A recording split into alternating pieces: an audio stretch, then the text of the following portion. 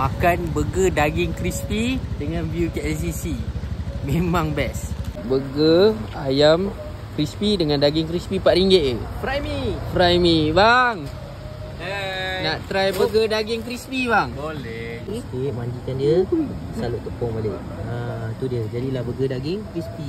Dia pakai daging biasa je lah. Pakai daging burger lah ni. Pakai daging Crumbly ni cuma salut dengan tepung. Dia jadi tepung. crispy. Tu crispiness tu datang daripada Kita special kentang goreng. Ada kentang goreng. Letak dalam burger ke apa? Betul. Wow. Tu daging crispy. Tak pernah aku jumpa daging crispy. Besar gila. Bang, tunjuk sikit bang burger. Ni Besar RM4. RM4.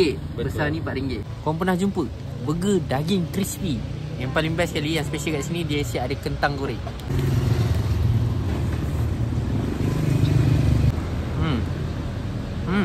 Dia pakai daging Ramly biasa je, tapi dapat crispy tu daripada tepung tadi. Dia sedut tepung. Untuk aku okey lah, RM4 dapatnya ni. Sedap lah. Selalu biasa kita makan ayam crispy kan. ayam crispy. Ni daging crispy. Daging crispy. Burger ayam crispy dia besar men. Besar gila. Tapi yang buat dia lagi special pasal dia punya kentang. Jarang aku jumpa. Ni first time aku jumpa. So kalau korang nak, korang kena datang sini. Apa pun kita hantar-hantar.